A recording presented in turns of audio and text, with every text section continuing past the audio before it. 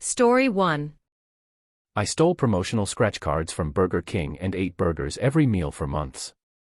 This was a long time ago. I was a skater in my 20s and the manager at Burger King had so much attitude I felt he deserved it.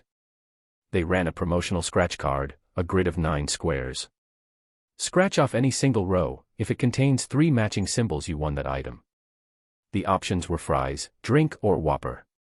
So having worked out that the odds were ridiculously slim, it annoyed me so off I went to Burger King. It was always minimally staffed, so as soon as the server turned her back I grabbed a huge stack of cards. They were free after all. Every time I went, every time the server turned her back, I grabbed more, always keeping the stack in order.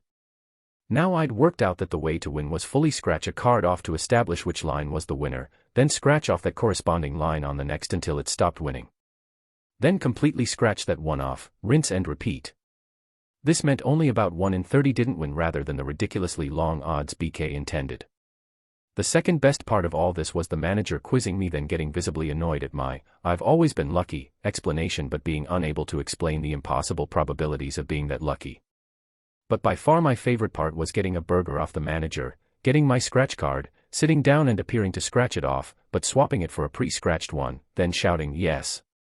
Free Whopper!" He literally ran over and inspected my card every which way. Poor man. I wasn't keen on Coke or fries, so gave them all away to the younger skaters, who then absolutely pillaged the place.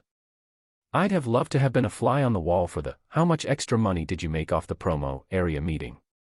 I'm betting over 90% of the winners of their promo were just me. Story 2. I pretended to be Australian for a year, and now I'm in too deep. So, last year, I moved to a new city and decided to have a little fun by faking an accent. I pretended to be from Australia, even though I've never even been there. It started as a joke with my new co-workers, but then it just stuck. Everyone loved it, and I got so much attention and even free drinks at the bar. The problem is, I'm in way too deep now. My best friend here thinks I'm from Sydney, and I've been invited to a homecoming party when my family visits next month. I don't know how to come clean without looking like a complete idiot or losing my friends. I wish I could turn back time and just be myself, but I'm stuck. Story 3. I've been working years as a tutor, knowing it's pointless, clients are wasting their money, and I'm a bad tutor. I've been tutoring for the SAT and ACT tests at a local center for 5 years. During that time I've been able to support myself and save money, even though I only work 20-something hours a week. But something that's always on my mind is that it's a waste of money.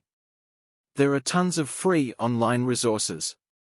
I honestly think there's something wrong with your brain if you're paying thousands of dollars instead of telling your kids to go watch some math videos on YouTube. Not to be racist, but the director and other employees have pointed out that most, 90%, of the students are Asian. I've been told they sign up because tutoring to education are part of their culture, and to them it's the right thing to do for their kids. In my opinion, if they took the money they're spending on tutoring and invested it instead, it would give their family a much better return. Most of the kids don't improve their scores. I'm serious. It's rare. I don't know what the parents say, I never have to talk them. That's the director's job. But somehow he gets more sign-ups, and we stay in business. The SAT doesn't even matter much. I don't care about the test and never have. Some tutors have a bunch of test-taking strategies, but I haven't given them an ounce of thought. Somehow I've gotten away with not even knowing how many questions are on the test or how long it takes. All I do is show them how to do math problems and walk them through texts. I'm a great test taker but an awful tutor. I hate having this as my job, but it pretty much fell into my lap. I have no other skills, and I don't know how to find another job. Any other job I could feasibly get would pay substantially less. Story 3. I faked a pregnancy and a miscarriage to everyone around me. My fiancé at the time and I were trying for a baby a few years into our relationship. We were going through a rough patch, and I thought that if we had a baby like he wanted, his behavior would change. Biggest mistake of my life. I was immediately regretful. I couldn't believe I had gone as far as faking positive pregnancy results. I made the decision quickly that I could never let anyone know about this, and I started making a long-term plan to make things look and seem like they just didn't work out for us. I promised I would take this secret to the grave with me, but it has been eating me alive every day since then. It's terrible. What I did was terrible in ways that I cannot describe. It's just so fucked up. And I don't even understand why I did it. I don't understand why, in that moment, that's what I decided to do. I know and fully acknowledge that I am much more than a huge piece of shit for putting someone through that. And I can't even honestly begin to describe how bad I feel for doing these things, and I should, to be honest. Edit. I've already talked with my therapist about this and we talked about the choices. I hadn't agreed that the best decision is to tell him when he has a second to understand the weight of things. I've already talked with who I need to talk to understand why I did these things, and am seeking out the professionals I need. A lot of people here are only looking at things from one side, but need to realize that I hurt a lot of people in this process, whether it was badly or not.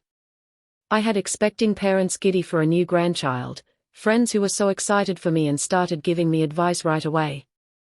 I very much should feel bad about this, but all I can do is take the right steps now to repair things the best I can. There really isn't anything anyone can say to convince me to not tell him about this for the sake of both of us. I needed to let go of the guilt I've been carrying around for years, and that's all this post was. Admitting what I did. Second edit. Sorry this ended up being so long. I expected things to be a little busy, but definitely not to blow up so quickly. After reading a lot of the comments and thinking about what the majority of what I'm seeing, I understand things from a different perspective now. I understand that bringing things up now would give him something more to grieve about when he's probably already moved past things. I will continue to just talk to my therapist about how to move past it without having to tell him. Some questions answered. 1. I am no longer with this guy and we don't reach out to each other at all anymore. 2. My therapist did not convince me to tell him anything. I explained how I felt about things, and at the time I thought that he would want to know, so my therapist talked me through the risks and consequences, and how I should approach things if I went through route I wanted to take. Which is obviously out the window now. So no worries there. Story 3. I faked having epilepsy, but it turned out I actually did have epilepsy. Weird one.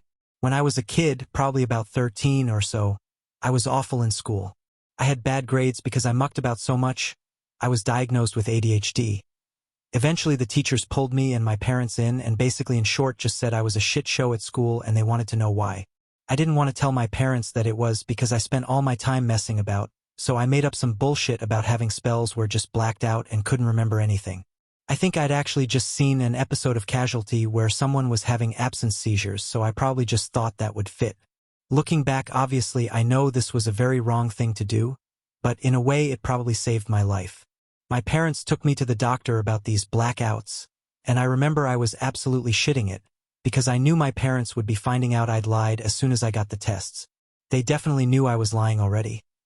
But it turned out on the EEG I actually did have bursts of seizure activity when I hyperventilated. The MRI also showed something on the brain that is harmless, but that is a common feature in epilepsy patients. So when all these tests came back I was absolutely in shock. But I remember I was actually buzzing that I did have epilepsy because my parents wouldn't find out I lied. I was having blackouts, I just didn't know I was having them, and when I couldn't remember stuff I just put it down to the ADHD. I got put on medication and got extra time in all my tests, so for 13-year-old me having an epilepsy diagnosis was a big win. Now at 20, I know that it really is not a big win. Epilepsy is horrible and I wouldn't wish it on anyone. I'm lucky to only have focal seizures, but even they are difficult to deal with. But anyway, lucky me,